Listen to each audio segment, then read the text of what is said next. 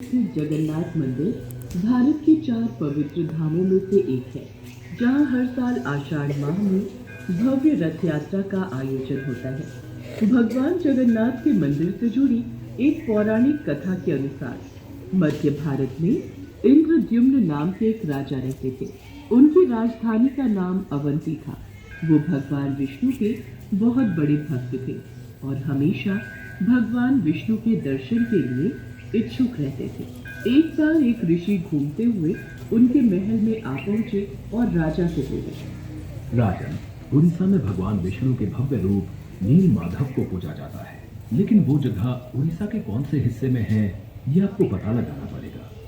क्या आप सत्य कह रहे हैं ऋषि श्रेष्ठ? ये सुनकर तो मेरा मन भगवान विष्णु के दर्शनों को लालायित हो गया है। राजा इंद्रद्युम्न अत्यंत आनंदित हो उठे और तुरंत महल के मुख्य पुजारी के भाई विद्यापति को आदेश दिया कि वो उड़ीसा जाकर नील माधव की खोज करे। राजा के आदेश अनुसार विद्यापति ओडिशा भ्रमण करने निकल पड़े। बड़ी ही लंबी यात्रा के बाद जब विद्यापति ओडिशा पहुंचे, तब उन्हें कुछ गुप्तचरों के माध्यम से पता चलता है कि सबरों के मुखिया विश्ववासु एक गुप्त गुफा के अंदर नील की पूजा करते हैं। विद्यापति विश्वासु के पास गए और बोले, महाशय, कृपा करके आप मुझे देव पूजा का स्थान दिखा दीजिए। मैं विश्वास के साथ यहाँ आया हूँ।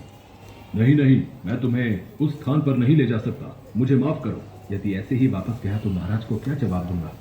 ठीक है, पर मेरी एक शर्त है। विद्यापति मेरे साथ आंखों पर पट्टी बांध कर जाएगा। विद्यापति शर्त मान लेता है, पर वो बड़ी ही चालाकी से अपने साथ कुछ सरसों के दाने ले जाता है और गुप्त गुफा तक पहुंचने के रास्ते को याद रखने के लिए रास्ते में सरसों के दाने गिराते हुए जाता है। गुप्त गुफा में पहुंचने के बाद जब विद्यापति ने नील माधव की दिव्य छवि को देखा, तब वो उन्हें देखता ही रह गया। गुप्त गुफा से लौटकर विद्यापति ने राजा इंद्रद्युम्न को सब कुछ बताया। तब राजा इंद्रद्युम्न भी अपने प्यारे भगवान के दर्शन के लिए तुरंत निकल पड़े। लेकिन जब राजा इंद्रद्युम्न विद्यापति के साथ गुप्त गुफा में पहुंचे, तब उन्हें वहां कुछ नहीं दिखा। नील माधव अंतर्धान हो चुके थे। यहाँ पर तो कुछ भी नहीं है। प्रभु कहाँ गए?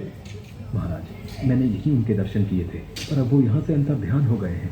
राजा इंद्रद्युम्न निराश होकर महल में लौट आए। उसी रात उनके सपने में भगवान विष्णु आए और बोले, राजन, तुम पुरी के समुद्र तट पर जाओ।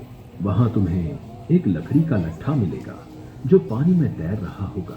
उसे लेकर आओ और उस लकड़ी से मूर्ति का निर्माण करो। राजा इंद्रद्युम्न ने इस संदेश का पालन किया और वो पुरी के समुद्र तट पर पहुंच गए और वहां उन्हें सचमुच एक लकड़ी का लट्ठा पानी में तैरता हुआ दिखाई दिया। लेकिन राजा इंद्रद्युम्न के सेवकों के लाख कोशिशों के बावजूद भी कोई उस लकड़ी के लट्ठे को उठा नहीं पा रहा था।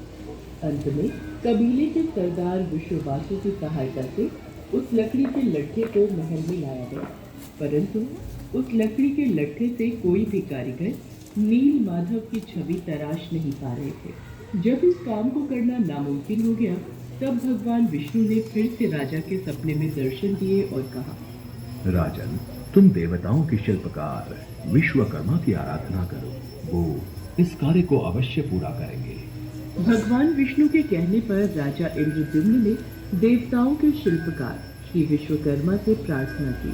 तब वो सबके समक्ष एक बूढ़े बढ़ई के रूप में प्रकट हुए और राजा इंद्रद्युम्न को बोले, राजन, मैं आपको विश्वास दिलाता हूँ कि मैं कुछ ही दिनों में तराश कर मूर्तियाँ तैयार कर दूंगा, लेकिन मेरी कुछ शर्तें हैं।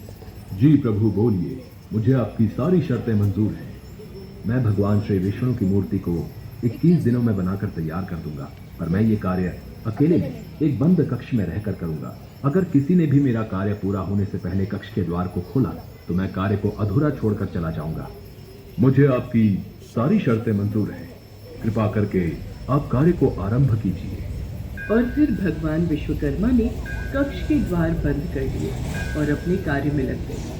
लोगों को उस कमरे से सिर्फ आरी, छेनी और हथौड़ी इत्यादि की आवाजें सुनाई देती थी। लेकिन 15 दिनों बाद जब रानी गुंडिचा को कमरे से कोई भी आवाज सुनाई नहीं दी, तब वो घबरा गई और राजा इंद्रद्युम्न से बोली, महाराज, जिस कक्ष में मूर्ति बनाने का कार्य चल रहा है, वहां से कोई भी आवाज नहीं आ रही है। कहीं वह बूढ़ा कारीगर भूख प्यास के कारण मर तो नहीं गया?